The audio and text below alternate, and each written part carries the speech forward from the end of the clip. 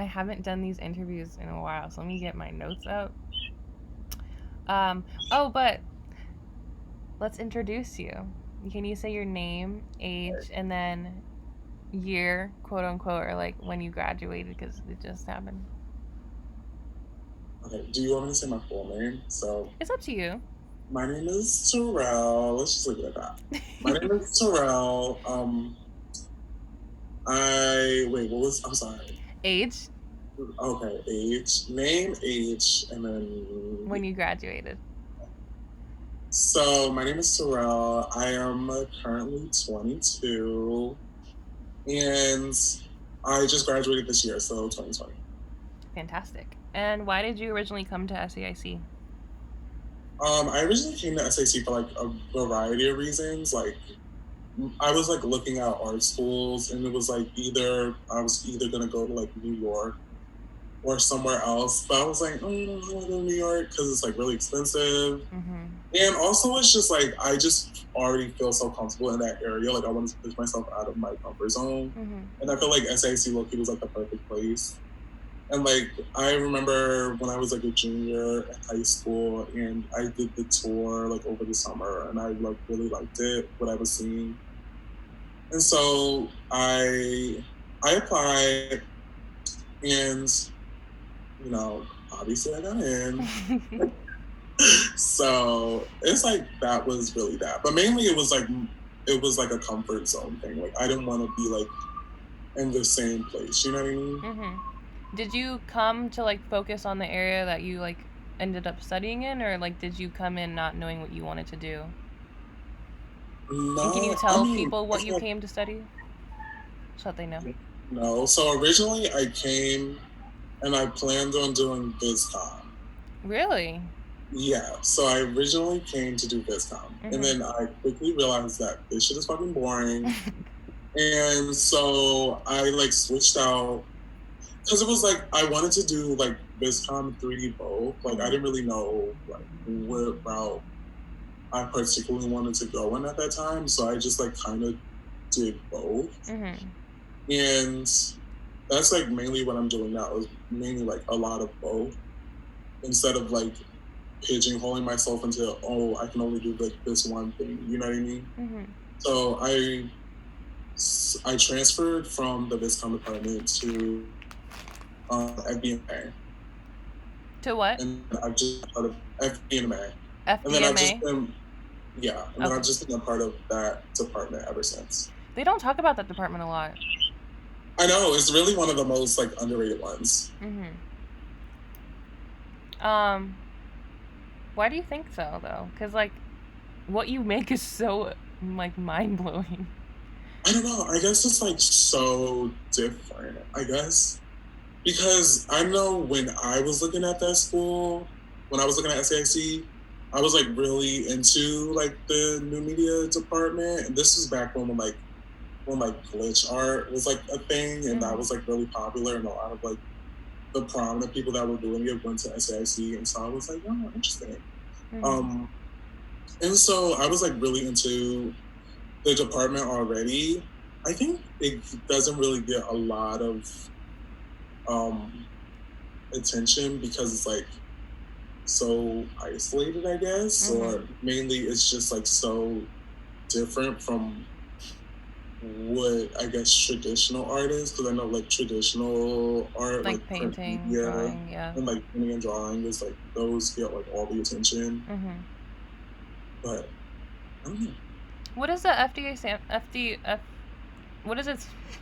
My Okay. mind. What does it stand So for? it stands for FBNMA stands for Film, Video, Media, and Animation. Ah. It's like all those things are like combined into this one mega department almost. Mm-hmm. But the department within that department that I'm part of is media, which Gotcha. is like 3D and like stuff like that. Okay. Okay. That makes sense. So how would you say your experience was like in those areas, like in Viscom, and then I know you said Viscom was boring, but then also like in the 3D and like the animation side. But when I started out in BizCom, like I was like determined to get through it, because I was like really into graphic design when I was in high school, and I wanted to learn how to do it Like formally, I properly? guess, or like learn how to do it learn, I guess, quote unquote, the right way to do it. But it just felt so limiting. Like it felt like a whole bunch of like regulation and like, oh, you had to do it this way, and if you don't do it this way, then it's not valid. And I didn't really like that, because it's kind of like that. Like, I'm just gonna do what I want anyway, which that doesn't really vibe in that department. So I was like, okay. When did you realize? Like, when did you like? Not because like I know you still do it, but like when did you kind of leave it or like move into I left animation? it like, I want to say like 3 weeks after being in it, so I wasn't really in it that long at all. Oh, okay. So I left it. Actually, was it 3 weeks? I feel like it was probably sooner, because it was before I ad dropped. Oh, okay. Okay. So Like freshman year. yeah, so before ad drop ended, then I switched into media practices, which is like the beginning, the intro to a BMA class, and I had it on a Saturday. And I remember that class was also really boring, but like, and it was on a Saturday. Oh. And it's on a Saturday, and it was a 9 to 4. Oh, it was just a nightmare. But I had stayed in that one just because like I already switched, so it's like, and this one seemed like more aligned to what I wanted to do anyway. So I was like, I'm just gonna get to this one boring class, and then like I can do what I want. And so I went through that.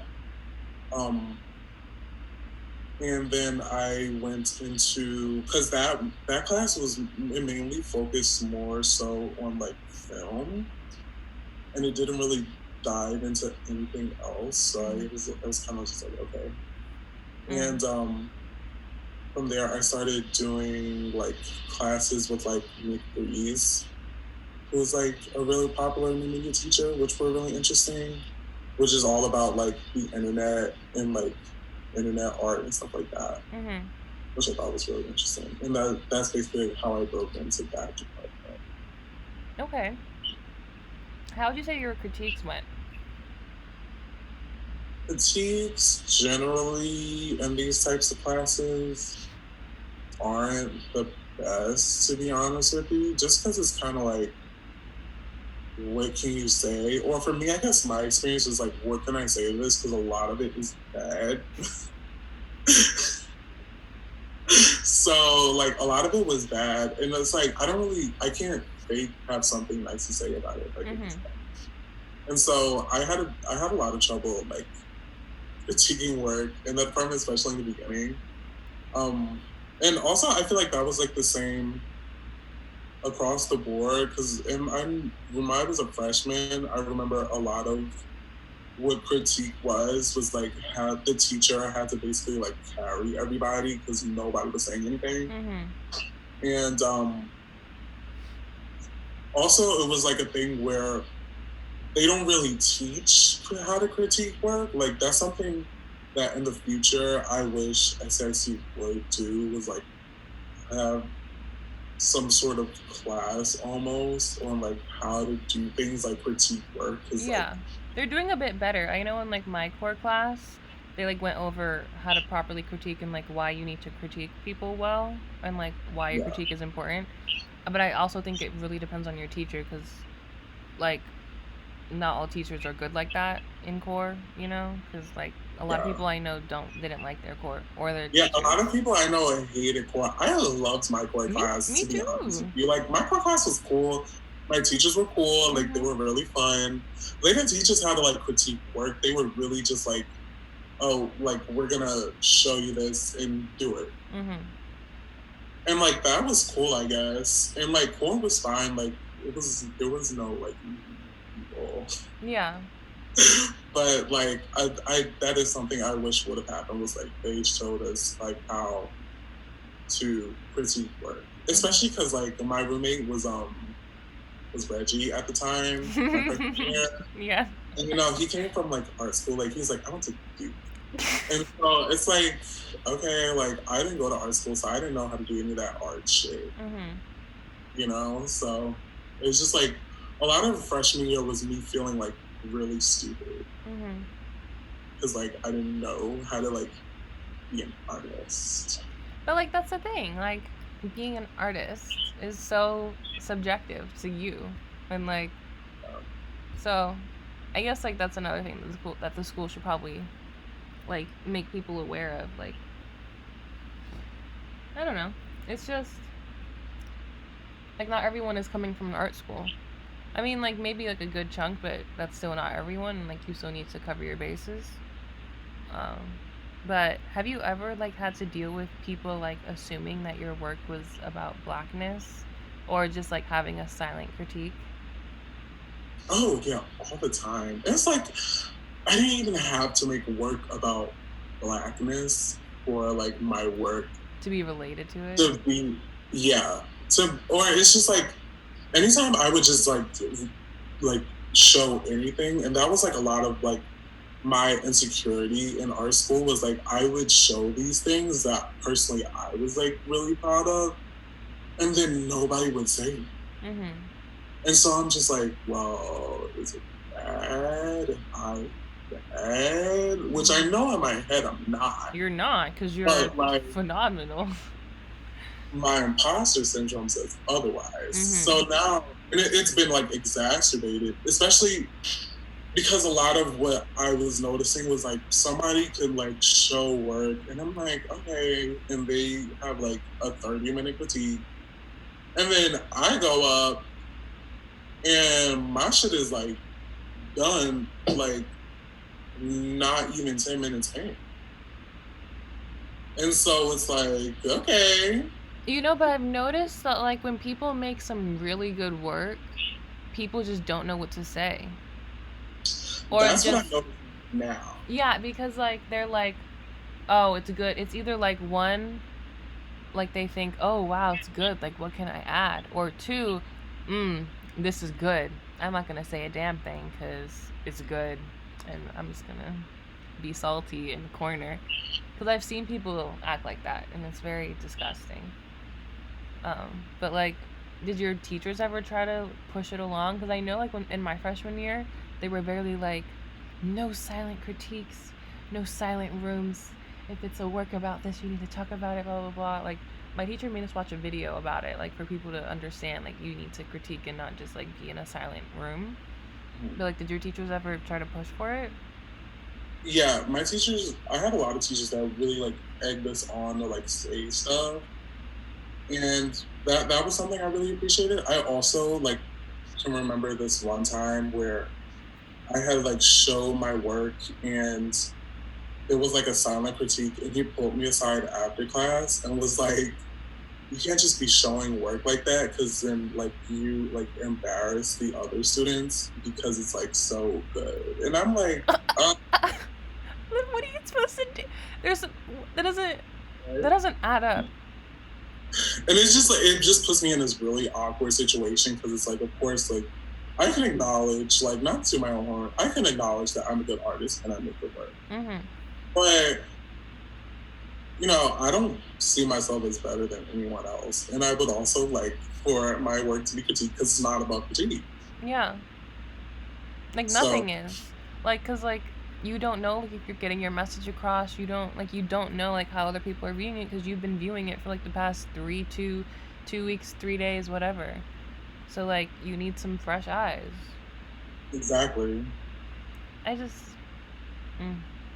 everyone just has a different way of doing their art, and like you can't just say I still can't. That's so flabbergasting. He was like, it's embarrassing to other students. That was a stretch. That was like, and that was a bad job of a teacher. It was like really weird. It was also like it was like good for my ego, I guess. But like, it's also just kind of like, okay, and like, what am I supposed to do with that? Yeah.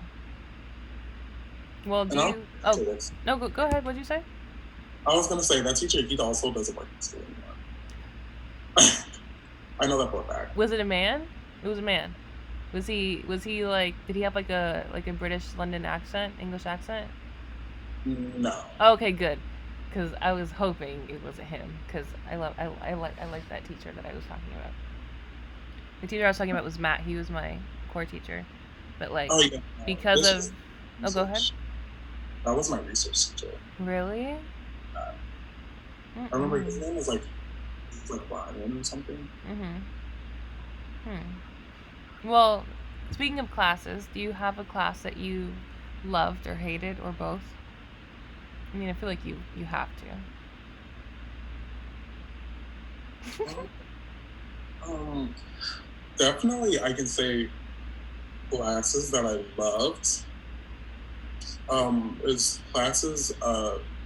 They're experimental 3D with Marlena Novak. Mhm. I love Marlena. She's like so interesting. She's also a really good teacher. She teaches how to use Maya, which is a 3D program. Yeah. I drove her crazy because I refused to use it, so I just didn't. And I would just do whatever the fuck I wanted to do, and like it was like it caused contention. But I guess she saw that like I was doing interesting shit regardless, and so it's kind of just like, okay, well, Mhm. do whatever it is that you do, Mhm. which is like really funny to me. So I like really love those classes. I take it like I'm taking it now actually over the summer. So this is probably like my third or fourth time taking it. So definitely love those. Mhm. A class that I did, I don't know. I definitely, if we're talking about freshman year, I fucking hated like those. The I history. hated, Everyone said. oh, hated it. Like that shit was so bad. Especially not so much my second semester. The teacher I had my second semester was pretty good. It's just the content was just fucking boring. Mhm. My first semester teacher, however, was bad, and the content also was boring. So it's just in general just bad. Mhm. And Yeah. it's also just like it's like the closest we get to like stereotypical like class with like 200 people and it's Yeah, like in the like auditorium like seating. and that's also just like really it's just like really weird to me because it's like oh these So many people. I never see you guys. like literally never seen these people before, never will see them again. Yeah, those classes really make you like know that there are actually other people in SAIC because I know it's like you're like where did you come from? I've never seen you in my life. it's so crazy when you see people and it's just like I literally it's like you could be like deep into the school year and like I literally never seen that person. And then they'll say they're a senior. I'm like, who are you? Where have you been? Oh, shoot. But also, I feel like it's funny. Also, now that you mentioned classes that I loved, because I kind of loved these classes that I took with this professor that was also a core teacher, and I feel like you know the story. Like the core teacher, she also taught like a seminar class that I took, and I really liked it. But apparently, like in core, she's like really bad and said like racist shit. And I was Racist? like, oh, Did you say racist or crazy? racist. And so I was like pretty flabbergasted. I'll say her name, Please, I don't know who you're talking about. Janet Lynn, I allegedly. have no idea who that Allegedly, woman is. allegedly. So she teaches these classes. At the time, they were called Sex and Gender in the Media was one, I've heard of that class. and After the End was the other one. I don't think she teaches it anymore, Mhm. but I took those classes. I really enjoyed them because I thought it was just like really interesting. It was more so like theory behind work rather than making work. Mhm. And I thought it was really interesting. I thought she was like really like kind of like kooky, Mhm. like a really interesting way. So like I liked her, and she really liked me too. Like she loved me something. Mhm. But then I remember when we were in BSU, and like I was telling somebody about this class, and I remember he was telling me like how that she was like his core teacher, and I like think I remember it was like early like sophomore like my sophomore year like early no. No. My freshman year, spring semester, when I actually started going to BSU meetings, and then like we were like introducing each other, right? Yeah, I think so. Yeah, I Yeah. definitely remember being at BSU, and Yeah. it was like early on because I took those classes when I was like a sophomore, Yeah. so they had to be like sophomore or junior year, and for me, and I remember hearing about those things, and I was like, "Oh my god, that's so crazy!" Because I had this class, and I had this completely different experience with this teacher. And now it's kind of like taking it because I like class. I recommend the class to people, and now it's just like, oh, never mind. So, Oh no. so like, there's that. I don't know. I don't remember after freshman year though having a class that like I explicitly hated. Even if I didn't necessarily enjoy it, it was like, okay, well, at least I got something out of it. Yeah. There was never a class where I was like, Cause I you get to like finished choose them. bullshit. Yeah, and like you get to like you can like look at the reviews, like you know about like the teacher reviews and stuff, and like you can like tailor it more to like what you want instead of having to take like all of those freshman classes. Yeah, which is a good thing. Also, it's like if you don't get a good first impression off class, like boot drop. Yeah, don't waste your time. Don't waste your money. And also another thing, Yeah. like if you want to drop the class like mid class, you can also do that. And not like have it hurt your like your transcript? No, because it's just like when ad drop is like a thing, it's pretty much like a free for all. So I've definitely, and I've seen other people do it where they'll be in the class for like a couple hours and they'll be like, oh, I think I'm gonna drop it, but thank you. And then they'll just leave. Okay. But like how do you get away with it like in the middle of the semester? Not in the middle of the semester. It's like when ad drop. Oh, you mean like middle of like the day? Yeah. Oh, okay. I thought you meant middle of semester. Okay. Oh no. Gotcha. Then you have to like still pay for it. Yeah, that's why I was confused. And it's just like that was just a waste of money. Yeah. But like I'm talking about mainly like during ad drop, like in the first class. If you're like in the middle of the first class and you don't want to be there, you just leave. Yeah, I've actually seen someone do that. It was in Sam's class. You know Sam Pata? Sam. I just call her Sam because I feel like I can never pronounce her name right, and I don't want to butcher it. But like she was like, this class is hard, so you can leave now or you can stay. And then she said, okay, let's take a 10-minute break. Let's see who comes back. And a few people came back. And like so many people left. I saw them leaving in the hallway. I was like, oh, where are you going? And they're like, this class isn't for me. Actually, that just reminded me of a class that I wish I would have did that for. That I kind of like was like, okay, that was kind of bullshit. So it was my professional practice. Now, I may or may not ask you to redact this for the YouTube version. Okay. But it was Denenge. Do you know Denenge? Yeah. I haven't taken a class with her, but I've been dying to. We taught this professional practice about like Octavia Butler, which in theory it wasn't a bad class. It's just like this could have just been a studio class. Like, you know, professional practice is supposed to be professional practice. It's in the name. And I just felt like that class, it didn't really do much for me as far as professional practice goes. Because when I was talking to other people what classes they took that was professional practice, it was like, oh, we did like an internship, or oh, we learned like how to file our taxes or something. Really? And I'm like, I read a book. Oh. That's not beneficial. Like it's supposed to be preparing you to like understand how to do your practice. It's in the name.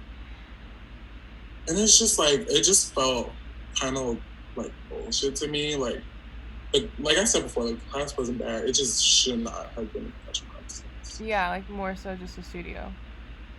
Especially because I've taken good classes with Denenge before. Like when Denenge taught Afrofuturism, I don't know if she still teaches that. She class. does, and I've been so wanting. She's teaching it. She teaches it, I think, in the spring, or she's teaching it in the. I can just never take it because it's always on a day I have fashion. It's a really good class. It's just really hard, and she's like such a stickler about everything. Shut up. But like, it's regardless, it's a really good class. Mm-hmm. So but also it's just like be prepared. If you take like a Domingo class, be prepared to Do your work. Lots of work and reading. Mm-hmm. Sounds like Sam's class. Like, I feel like they're on like a similar level, like when it comes to how they don't take BS. Mm-hmm. Yeah. Let's see. My other question is, do you like the school as it is, or would you change anything about it? Because you've seen many aspects of the school. Because like, you were involved in BSU, you're a RA, you graduated. Like, would I change anything about it? Yes. you can list them. For one, it's just like, I know in my experience, I haven't dealt with any like crazy racist experience that I can recall, which like thank God. But I know that's like a thing that's very prevalent from like my friends and other people that I've heard from that it has happened. Mm-hmm. And so it's just like I just want a fucking better administration, because one thing this administration as it is good for is lip service. Mm-hmm. And so they'll like play in your face and send you all these nice emails, and like they'll like set up meetings with you, and they'll be all nice and be like, oh, we hear you, we see you, but nothing fucking happens or nothing comes out of it. And it's just like, it's really apparent now, because of course, if there's anything this pandemic has done, it's like weird capitalism's ugly head. Yeah. And now everybody looks guilty. Mm-hmm. SAIC is no different, especially with the fact that one, they're still adamant about charging full price for online classes, and they're not giving refunds, even though they very well could have. Mm-hmm. Even if they saying they can't, they could have. They could have. And then you also have people like fucking Martin Berger that still work here, even though he said he like says the N-word for Shopify. You have Black staffers, because I've heard of like the Black people that work here are like coming together to also like do some sort of like petition or do some sort of organizing. Really? I feel the same exact way that we do and don't feel heard. Yeah. And want change now, just like we do. Yeah. It's and so simple. We shouldn't have to go through all this just for shit to change. Yeah. And it's just really fucking annoying. Especially when you have people in power like Alyssa. Making her 600 grand. She just chooses not to. Because at this point, she's just choosing not to. I still can't like president, you run it. I saw the email like about how, oh, like if you are in like that 20% that like can't afford, like will like keep the old tuition rate for you, but like everyone else you have to pay like the high tuition, like the increased tuition. I'm like, I'm not in that 20%, because y'all think my parents make enough money to pay for my college. No, I have loans. I cannot afford this school. And that's the thing. It's like, you telling me I have to do this shit. I'm telling you I can't afford it. And you're just like, okay. Now, what's that made? The financial aid office also financial services. We could also talk about that. Let's talk about that. The only person in there that has ever given me the time of day is, wow, I'm forgetting his name. I've said him in like every single Kevin. I've talked about him in every single video. Like, he's the only person that actually gave me the time of day, spoke to me like a regular person. We talked for an hour about how I could get more financial aid. The person I first saw, Miss Emily, she spoke to me for 2 minutes. She was like, okay, you can look at this website and this website. I was like, but... I would be like, oh, I need this and that because I can't afford any more money. So is there any more money? Oh, you can sign an appeal. Or you can go to FastWeb. Or do you want to get another loan? The meetings literally last 2 minutes. I remember walking out of that meeting so pissed. I emailed my advisor. I was like, y'all need to do better. Like, and then they'd be like, you sign the appeal. Okay, so I did the appeal. $700. Yeah, I got less. I got 500. You get an extra. I got an extra 500 as like a semester. What the fuck is that gonna do? And don't you come from, isn't like your family a single family, like single mom household? No, but my parents are both like present in my life, but my mom is the only one that works because my dad's disabled. So yeah, but like, okay, so then let me rephrase that statement. Like you're only getting one stream of income. Yeah, Like there's a single income. Yeah, because my yes. mom is the only one that like makes. So you should have gotten way more. First of all, like And it's like what state did you come from again? New Jersey. Don't they like give you like good scholarships? Cause like I remember Reggie was like he got most of his school paid for, didn't he? Yeah, because he's like from. He's not from DC, but I remember it's like DC. They have like something. Like those scholarships.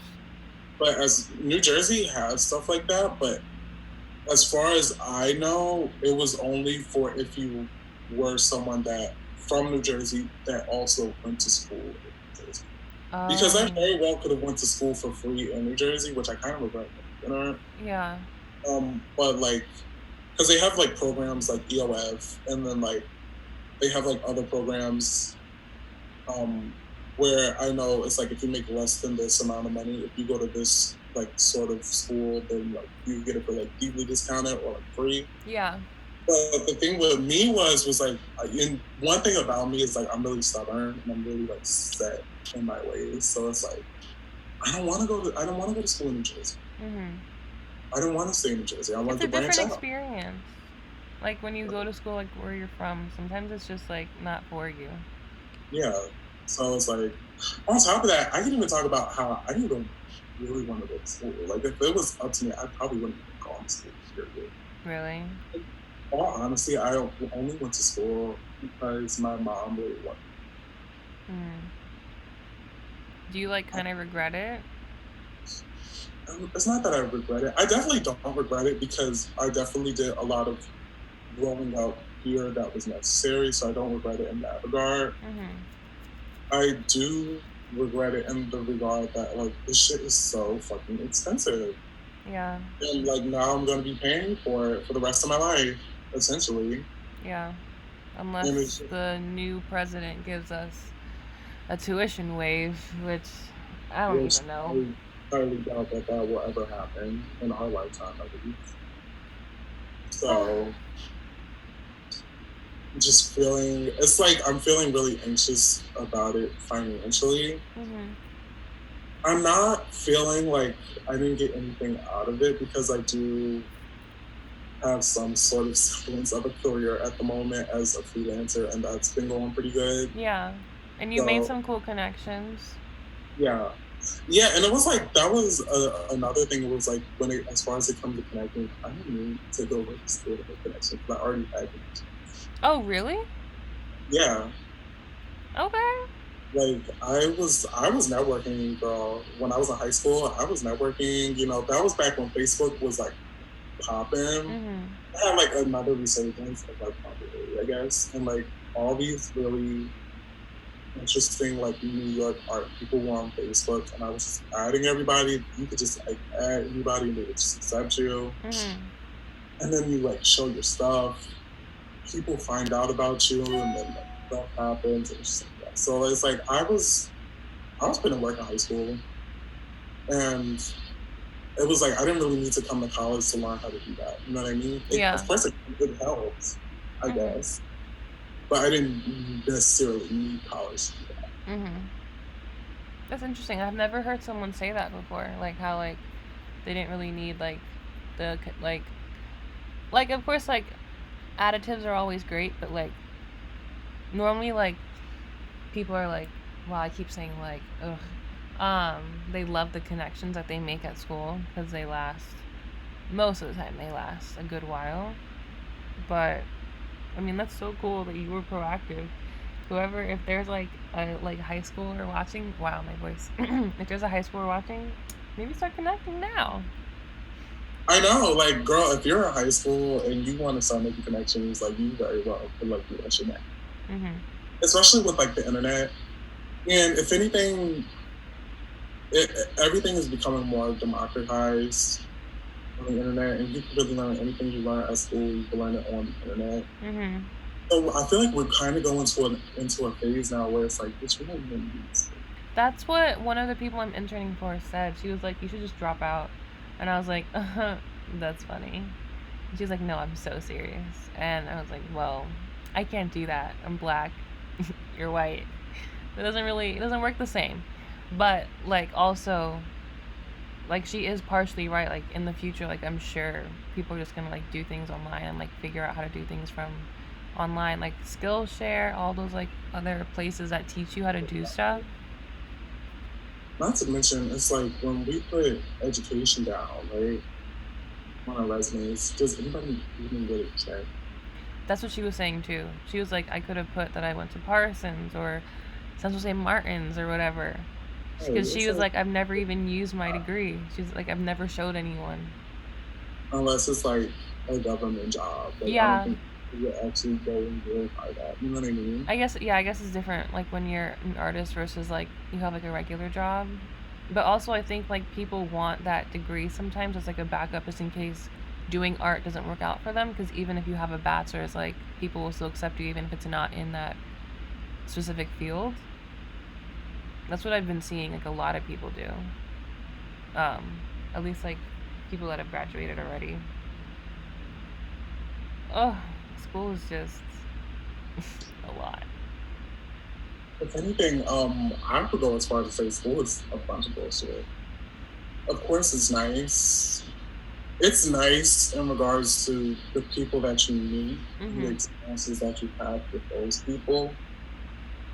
But what I recommend school, well, it's what I recommend school now. No, would I recommend going to SAIC now? No, Mm. I wouldn't, honestly. Yeah, I've But had some other people say the same. I'm like, I'm very unsure. I mean, like, of course I want to finish and get my degree. I already have too many loans to like not finish. yeah, that's the way I felt. Yeah, and Because just like, like, there's definitely been times where I was like, girl, I don't even get anything. I was like, I want to drop out.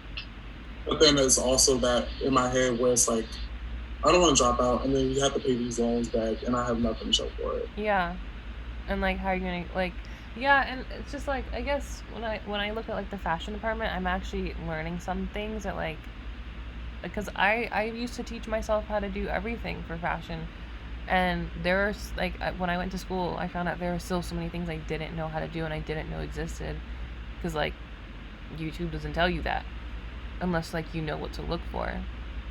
So I guess there are always pros and cons to like every situation.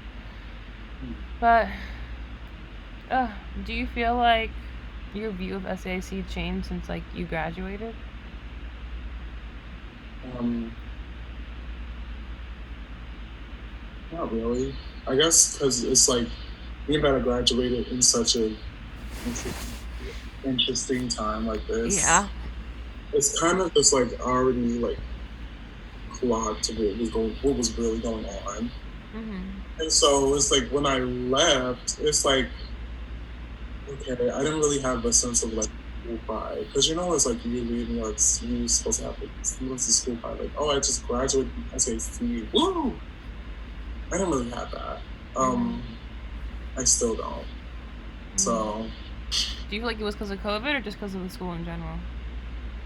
it's like both because it was, of course it's like COVID and the fact that like I didn't get the graduation that I was anticipating, so it kind of just ended very underwhelmingly. Is that a word? Underwhelmingly. All words are made up. So that was really underwhelming to have to go through all these 4 years just for it to end like that. Mhm. But also for all these petitions to arise, because BSU wasn't the only one that was like trying to hold the administration accountable. Yeah. Um, having to see all that unfold and just seeing how much the administration really doesn't care. It's really quite funny. It was just really disheartening. I'm sorry. It's fine. No, it's not. It sucks. Like Yeah. they should be like they're preparing like the future artisans of the world. Like you should have some more oomph in your care. Yeah, but that's like the thing. Like the way they verbalize things, and the way the stuff that they tell you would have you think that. But then then you have the actions of the institution that prove otherwise. Yeah. It just goes to show you, like, all that shit is lip service. Like, at the end of the day, this shit is a capitalist institution, and a capitalist institution will do what a capitalist institution does. So all that we care about you, this, that, and the third is a bunch of bullshit. And they made it abundantly clear this semester and beyond. Like this year. Yeah, I'm starting to see how much. Well, like, I mean, like, I always knew that an institution is an institution. I just try to focus on the professors I have and, like, the people that I'm meeting and stuff, and just trying to think of it like that. Because fashion's hard. And I like, can imagine. It's like, there's always that, like, thing about the fashion students, how they're always just, like, so done. Yeah. It's just like, I feel like I want, like, all the help and resources I can get. And, like, thankfully that program, you do get it. I mean, don't get me wrong, there are some issues in every department.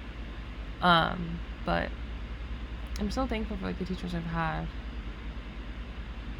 But I guess as loyal to the institution, I guess, because I guess in my department, it's like all the tools that you need, you already have. If anything, they're just showing you how to use them, but I could learn how to do that. So yeah, a lot of what I did was stuff that I could really do on my own. Yeah. And so I don't feel like, I didn't really, to be completely honest, I didn't really use much of the school's resources because, for one, they didn't really have them for like 3D. For your program, yeah. Yeah, for 3D, like the 3D department isn't really much of anything. It's just really, it's modeling class. Like, you have intro and advanced. Really? Yeah. Oh. And I know there used to be another one called, there's like a couple, like I know Art and Tech has a couple, like there's one called Digital Bodies, I think, and they have a couple like virtual reality classes and a couple of game classes. But it really is really like an overlooked department, and so there really isn't much of anything there. Yeah. I'm surprised they don't, because like for other departments, like they have so many things, like just so many, like all like the tool checkout centers and stuff. Yeah, and so they have like tool checkout and like the media center and stuff. Like I never used that, but I need to. Yeah. Yeah. Well, do you want to talk about like your experience as an RA? Yes. Let's talk about it. Okay. Talk about your like application process and like getting the job. Okay, so to apply to be an RA, there's like on Engage, there's a application, and I don't remember if it was like you had to write an essay or something, but there was like interview questions. You don't remember, didn't you apply for it? I know I would never have time to be an RA. So, those floor meetings, you wouldn't even see me. That's the guy. I didn't even see, because I'm in the Buckingham, like we have roommates, and my roommate was a grad student. I never saw him. So, but was your roommate like also an RA? Yeah. Wow. I'm like positive he lived on campus. and just really came over here when like he needed to. Wow. Okay. So there was like like there's like an interview questionnaire thing. And then if you get chosen from there, which I think everybody gets chosen because not that many people apply to be like they only get around like between like 50 to 80 applications a year. Mm-hmm. So you then go from there to um, an in-person interview, which happens I think in like February. I think so, because like I remember my friends going. Yeah, and I was a part of it this year, so it was like really interesting to like be a part of it as someone that was applying for the job, and then being a part of it as someone who's determining who gets the job. Really? Oh my gosh, that's so cool. So And weird. this is an in-person interview. I remember I had to wake up like really early. Mm-hmm. Like it was like you have to get there at like 8 o'clock, and then there's like a group interview in the morning, which they changed it this time around. But when I did it, this is when I did it. There was a group interview in the morning, and we were with like 6 or 7 other people, and we have to do these like team exercises.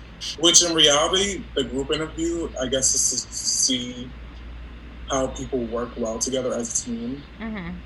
And so they have you do these team things. Like there's this one activity called Zoom, which is so funny because we're in Zoom. But there's a activity called Zoom, which is like it's like this picture book with like all these different pictures, and they all like come together to make like a really long picture. A scene going into another scene, going into another scene, going into another scene. And so what you have to do is you get like randomly, you get like 4 cards for those pictures, and you have to put them together so it forms the image, but you can only like do it by describing what you have, and like other people what they have, and then like educated guessing and you push it together. Okay. So you have that, and then there's also like making programs, like so you have to like make a program on the spot, and it's interesting. And so that lasts about like an hour and a half or so. And then in the afternoon you have a designated meeting time. So I remember mine was at like 2 o'clock, like 2 p.m. And those don't last that long. They last around like 15, 20 minutes. Well, basically, it's like a traditional interview. It's just like, why do you want the position? Like, what good aspects can you bring to the job? Whatever. Yeah. And now, speaking as somebody that is the hirer. Yeah.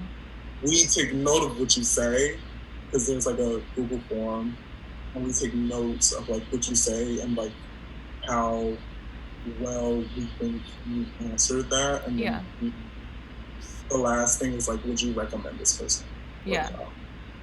And so then we have that, and then you basically just have to wait, and you get the results in March. Like I think it's like the first week of March, and then once you figure out like if you get the job first, and then you have to accept it. Do you guys get like a lot of people when the application starts? Wait, what was the question? Like, do you guys get like a lot of people that are applying? Always or no? Not always. Like I remember this past year, we didn't get as much as we usually do. But usually there's around like 50 to 80 people that apply, like anywhere within that range. Okay. So you get the letter, and then you have to accept it. Then once you accept it, and like there's this big meeting with like everybody. We all introduce ourselves, and we all like we have like a dinner, like food for thought, and then you find out later like where they place you. So you could either be in 162, Jones, or Buckingham, and I was which was like a blessing in disguise. That's like the best building. The Buckingham? Yeah. Oh, I thought you weren't looking forward to it. At first, I wasn't, just because it was like I was so used to being a 162, so I was like, oh, I might as well do this. Mm-hmm. But now I'm like glad that I wasn't a 162. Can you imagine? Oh, it's like 162 is it's a nice place to be in as a resident. Mm-hmm. It's not a great place to be as an RA. No. Because so much happens. This is like the freshman dorm, so all these kids are here and they don't know how to act. And so they're always attending something.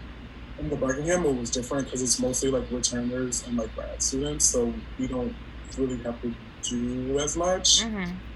You still have to do stuff, of course, but like, you know, it's not as like, Intense. it's not like a top like once it's into it. Like, yeah. So, yeah. The only caveat with being in the Buckingham, though, is like, 162 and Jones, you have your own room. In the Buckingham, you have a room. But But do y'all you have like a have, private room? Yeah, y'all have private rooms, but you have a room. Okay. That's better. Like I thought like it was like shared like bedrooms. Yeah. Okay. That's not too bad then. And also, like, the Buckingham is better because, of course, the Buckingham is literally like An apartment. And so you have like a washer and dryer, so you have your laundry. You have like a full stove. I just don't like their layouts. I just don't like, and like I feel like they're so dark. What's so dark? Like the rooms sometimes, like depending on like where your room is. My room was. I'm not gonna lie to you. Yeah, exactly. Like, I was on the 7th floor, which is like there's like a cutoff because on the higher floors there's like an extra window that adds a lot of light. But on the lower floors there aren't, so you have an extra window. And so the only time we really got sunlight that like came through the room was like when it was going down for like 30 minutes. And it really sucked. That sounds so depressing. So yeah, there's that. But how would you say like overall like your experience as an RA was like what you had to do like a lot when you first started, or was it manageable? Training definitely will have you think that it's gonna be like this really hectic thing. Because of course in training, I guess they want you to go through like every possible scenario that could ever happen. And so once you go in the job, it kind of leaves you scared because like shit, like what if shit go down? Like I'm not, even with all this training, like I'm not prepared. Which actually for me, shit did go down like the first day. Because I remember it was the move-in and I wasn't on call, but one of my residents came to my door like once shit was done, and he was like, "Oh, my roommate is like feeling really sick, and it's like we don't know what to do." And so I'm like, "Okay." So I go to the room, and they're like basically passed out, and so I have to call the RE on call, and the RE on call. I remember that day. His name is Luke. He was like, and Luke had to call the like paramedics. And so like 911 came, and like I remember we had to wait for them to come, and like basically like Luke was talking to the person that was like passed out and was making sure that they were good, and I was talking to the roommates to keep them calm because of course like that's a scary situation. Like it felt good to help people, but it was also like a lot. Yeah. So that's like a lot of that. I remember you also have to bus people for weed. I remember I had to bus this girl for weed one time. I wasn't going to, but like when we do another thing we have to do as REs is rounds when we're on call. So basically when we do rounds, we're walking the floors just to see if like everything's still intact. And I wasn't gonna snitch, but for one, we smelled it like 2 floors up. So it was like, oh, interesting. And then these were also like girls. They lived like directly above me, and they're really fucking loud. They were always like banging, and some like people like wrestling all the time. And so I was like, okay, well, let's do it. And then so we had to do that, and that was just really funny because they were trying to make it seem like it was not. That wasn't a thing that was happening, but like the room smells like weed. Mm-hmm. The windows weren't even open. The windows were closed. They probably didn't know they could open. Just like so stupid. So you have to deal with like a lot of stupid shit like that. Also, you have to deal with rude parents Oh. because a lot of the parents of like people that go here are really, because of course we're dealing with rich kids, really Majority, fucking yeah. entitled, really rude. Like if they don't get their way in 2 seconds, they're like ready to raise hell. Mm-hmm. And so also have to deal with that. I remember I had to deal with this one mom because she was trying to get in the building, but her daughter wasn't there. And so she was trying to get one of her daughter's roommates to check her in, but it's like you can't do that. Oh, really? I didn't know that. Yeah, like you can't do that. Like that's not your child. You can't do that. And Oh. so she was trying to make it. She was like literally like berating me, like as if I was like being disrespectful and harassing her, which I wasn't. It's just like I'm telling. This is the rules. Like we can't let you, this grown person, in here without the person you're accounting for also being there. So basically, we had to wait for them to come, and then she does come with her friends, and her friend is trying to tell me how to do my job, and I'm like, Like oh no, what? no, Like in what way? Like.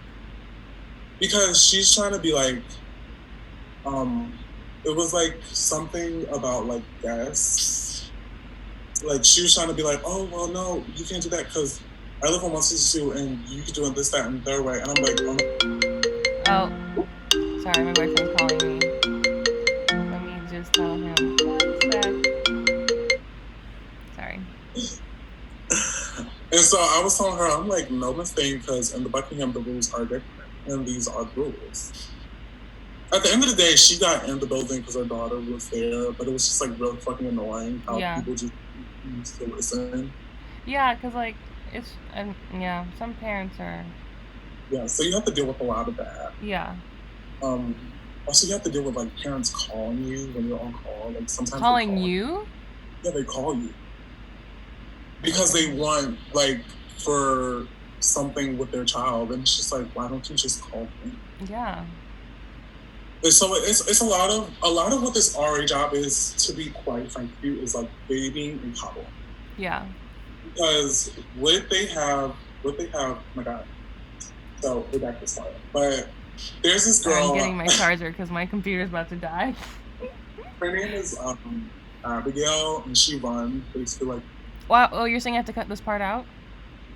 well, you don't necessarily have to cut it out, but like cut out names. I'll just cut. So I'll just cut the whole part out. Or do you want to just save it for like the end of the video, like when I like end the recording, so you can just yeah, tell me?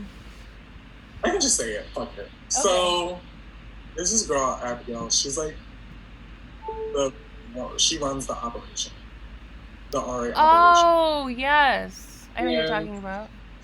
she like comes up with the CDM, which is like the community development model, which is basically like the RA handbook, essentially. And what she has us do a lot is when it comes to like stuff like onesies, like I'm pretty sure like you've had a onesie before or not. Onesie? Because wait, what? A onesie? Yeah. Have you never had one? What is that? It's like when the RAs, like we have like one-on-one conversations with residents. Oh, that's such Yeah, a that's what weird they do. word for it. Yeah, they call them onesies.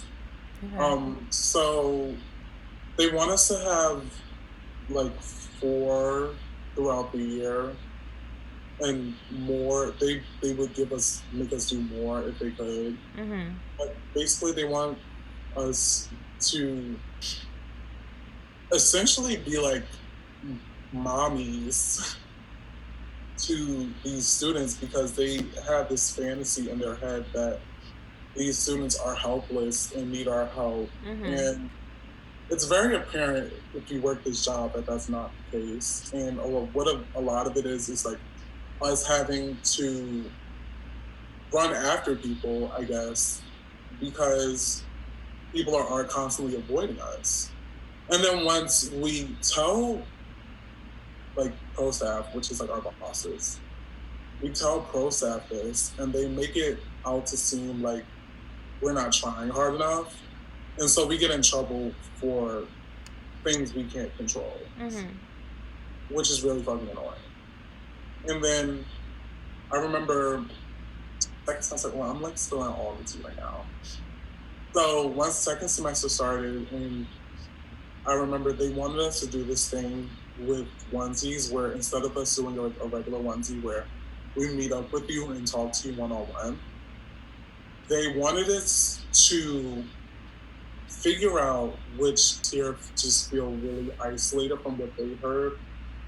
A lot of students feel really isolated and like haven't found a group of people that they get along with. So basically they gave that responsibility to us to try and help them find it, which we said was like, on top of that, it's just a lot of work for people that ignore us. And so we had to have like this whole thing. Like I remember we had like a petition. We had to like meet with people to be like, hey, like this is bullshit. And they wanted us to have it done. Like cracking up. I think it's because it's like my Wi-Fi. But you were saying, like you said you guys has to get it ready in 3 weeks, and what? Yeah. So they expect us to have like 100% completion, which means like we have to speak to everybody. If we don't, then we get like in trouble for that, of course. And it was just like really, because another part of it, which felt like a slap in the face, was that they're all about like mental health and take time for yourself or whatever. But then they do things like this where we basically can't, because we're always having to talk to other people and run around and find other people and do stuff for other people. Yeah. And it just felt really inconsiderate. And so, of course, we got it to change to where it would basically be the same thing, but instead of having 3 weeks, we had the rest of the semester. Of course, didn't work out because COVID happened.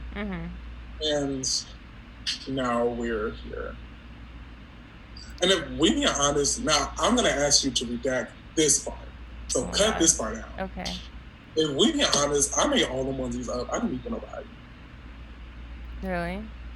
Yeah, I didn't do that shit. Well, because, like, it's just so... What's the point? Like this is like their job. Like, it's not your job to like hold their hand. They're like technically adults now, you know. Exactly. And so it was like, for me, it's like, I'm not about to baby nobody. I've never been a baby and coddle and type. I'm not about to start now. And so I just didn't, and I made it look like I did, and I was good at lying. Well, would you have any like closing advice for people that are looking at SAIC and that are also interested in being an RA? People that are looking at SAIC, I mean, I feel like people, especially with like someone like me, like even if somebody's being like, oh, don't do it, they're gonna do it anyway. Like if you really still want to see it for yourself, then like do it. Of course, everybody has a different experience. Just because I necessarily didn't have the most positive experience doesn't mean that like you won't. So, it's essentially, it's like, do what the fuck you want. Like, especially now, it's like, bro, we could be going with the next pandemic any day now. So it's really just a matter of like, do what the fuck you want. Yeah. Like, if anything, if I could tell anybody anything, it would be that. And what about like when it comes to like being an RA? Like, do you have any advice for being an RA? So what a lot of people who apply for the job, me included,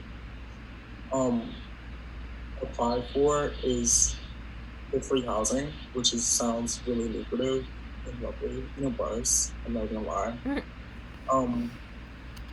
But it's not really worth it if you're just in the job for. Be prepared. Well, let's leave it at that.